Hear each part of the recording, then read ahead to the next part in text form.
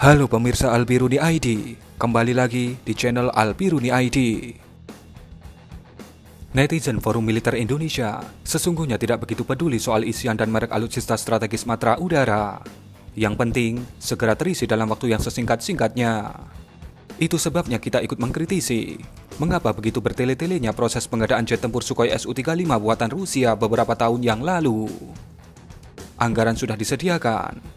Mula-mula disebut akan membeli 8 Su-35, lalu diumumkan lagi akan membeli 11 Su-35, tapi tetap slow motion menuju kontrak efektif.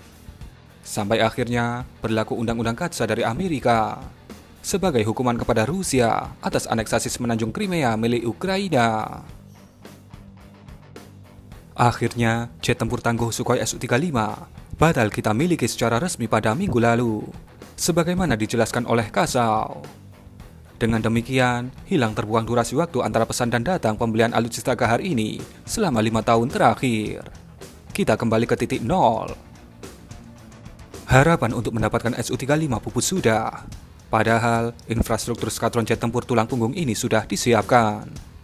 Bahkan, 3 jet tempur Sukhoi Su-27 dan 30 dari Hasanuddin AFB telah diserah terimakan sebagai isian skadron 14 Iswahyudi AFB. Semua dalam rangka mengisi kekosongan jam terbang pilot yang sudah disiapkan untuk kehadiran Su-35. Ternyata yang dirindukan tak pernah datang. Ada kabar baik seiring dengan pupusnya asa mendapatkan Su-35.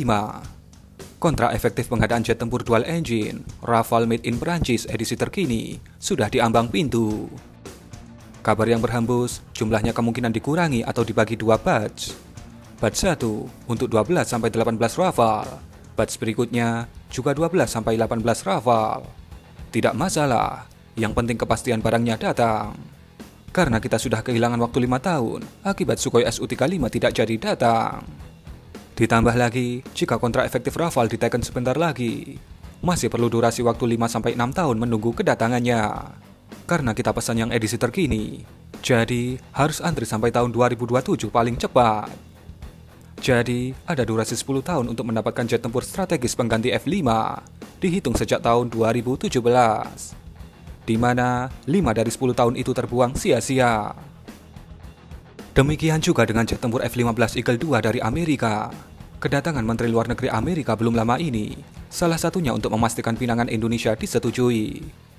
Meskipun begitu, masih panjang proses yang harus dilalui untuk menghadirkannya di tanah air dengan sejumlah syarat.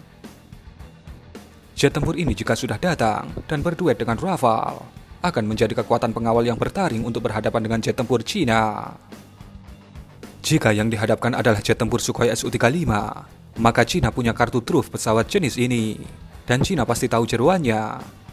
Artinya, tidak pas juga jika jet tempur Sukhoi Su-35 kita yang batal itu ditandingkan dengan merek yang sama dengan punya Cina, karena Cina juga punya Su-35. Banyak pekerjaan rumah yang harus diselesaikan oleh Kementerian Pertahanan. Keterbatasan anggaran menjadi salah satu kendalanya. Sementara kita sangat membutuhkan alutsista strategis matra laut dan matra udara secepatnya. Harus ada prioritas untuk mendapatkannya, meski jumlahnya dikurangi. Misalnya, perolehan jet tempur Rafale, tidak mengapa. Yang penting harus ada kontrak efektif untuk memastikan proses pembuatannya.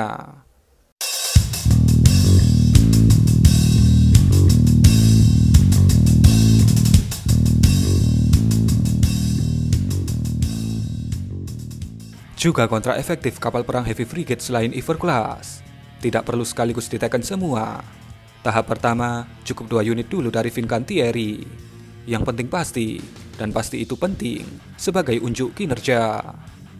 Termasuk apakah dimungkinkan jika kita dipinjami dulu atau sewa 4-6 unit jet tempur Rafale untuk ditempatkan di Supadio AFB atau Natuna. Tinggal lobby pemerintah Prancis, karena skema pengadaan Rafale adalah G2G antar pemerintah. Hitung-hitung untuk memfamiliarkan atau membiasakan menggunakan jet tempur Rafale yang lincah itu. Masih lama menunggu sampai tahun 2027.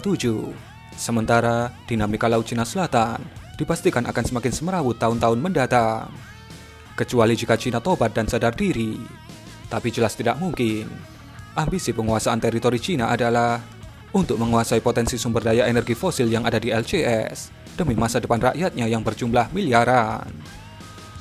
Demi marwah kedaulatan teritori, Indonesia harus mempercepat proses pengadaan alutsista. Tidak bisa tidak.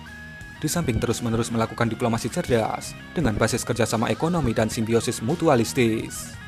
Bukankah dunia kita saat ini sudah saling ketergantungan satu sama lain? Tidak bisa kita mengandalkan egoisme bernegara di dunia yang sudah satu networking ini. Maka, diplomasi yang terus-menerus akan menjadi jembatan silaturahim antar negara. Salah satunya untuk mengurangi ketegangan di kawasan. Memperkuat pertahanan negeri juga merupakan bagian dari strategi diplomasi. Dan saat ini, kita sangat menantikan kehadiran sejumlah jet tempur fighter, kapal perang kelas berat, kapal selam Kahar, berbagai jenis peluru kendali jarak sedang dan jarak jauh untuk mengawal dan mempertahankan teritori kita.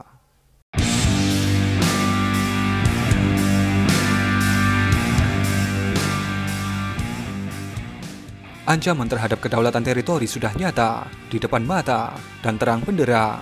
Bukan lagi cerita fiksi. Siapa tahu, tiba-tiba saja cuaca di LCS menjadi ekstrim, dengan gelombang kejut berkarakter tsunami. Kita harus siap dengan kondisi ekstrim itu. Dan caranya harus mempunyai alutsista Kahar secepatnya.